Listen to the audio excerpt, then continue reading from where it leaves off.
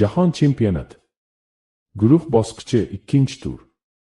Butun dunyo nigohi stadionga qaratilgan.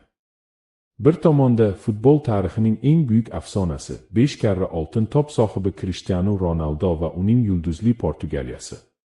Ikkinchi tomonda esa butun boshli tarixni o'zgartirish uchun maydonga tushayotgan Osiyoning oqborlari, O'zbekiston. Ha, bu shunchaki o'yin emas. Bu O'zbekiston futboli tarixidagi eng ulkan, eng dahshatli va eng kutilgan to'qnashuv. Bugun biz Ronaldo va bizning yigitlar o'rtasidagi o'sha tarixiy 90 daqiqa qanday o'tishi mumkinligini tahlil qilamiz. Videoni oxirigacha ko'ring, chunki yakun sizni hayratda qoldiradi. Xo'sh, Portugaliya bu o'yinga qanday kayfiyatda yetib keladi? Ronaldo uchun bu jahon chempionati faoliyatidagi oxirgisi. U har bir o'yinda gol urishni, har bir raqibni yakson qilishni xohlaydi. Portugaliya matbuoti O'zbekistonni guruhdagi outsider deb hisoblashi mumkin. Ammo ular bitta narsani unutishdi: o'zbek futboli endi avvalgidek emas. Ronaldo maydonga tushganda, uni bizning himoyachilarimiz qanday kutib oladi? Albatta, sovuqqonlik va qat'iyat bilan. Lekin Ronaldoni to'xtatish uchun faqat himoyalanish kamlik qiladi. Bizning yigitlarda nima bor?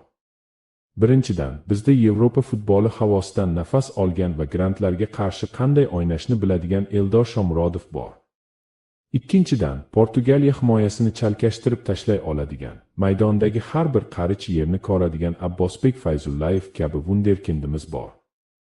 O'zbekiston bu o'yinda ikkinchi raqam bo'lib o'ynashi aniq, ammo bizning qarshi hujumlarimiz Portugaliyaning yulduzli, ammo sekinroq harakat qiladigan himoyachilari uchun haqiqiy dahshatga aylanishi mumkin. Bizga faqat bitta imkoniyat yetarli. Tasavvur qiling, o'yinning 75 daqiqasi. Hisob 1-1. Portugaliya bor kuchi bilan hujumga o'tgan. Ronaldo jarima maydonchasi ichida to'pni kutyapti. Zarba va darvozabonimizdan dahshatli seyv. To'p darhol oldinga Abbosbekka uzatiladi. Abbos bitta harakat bilan raqibni ortda qoldiradi. Markazda Shomurodov yuguryapti. Mana shu lahzada butun O'zbekiston ekran qarshisida nafas olmay qoladi. Biz turnirning eng katta syurprizini tayyorlay olamiz.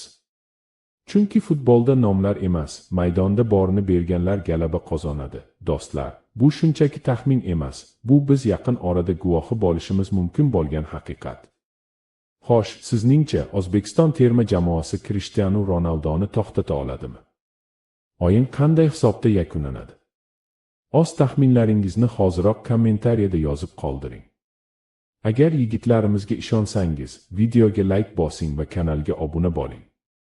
Biz birgalikda tarix yaratamiz. O'zbekistonga g'alaba yor bo'lsin.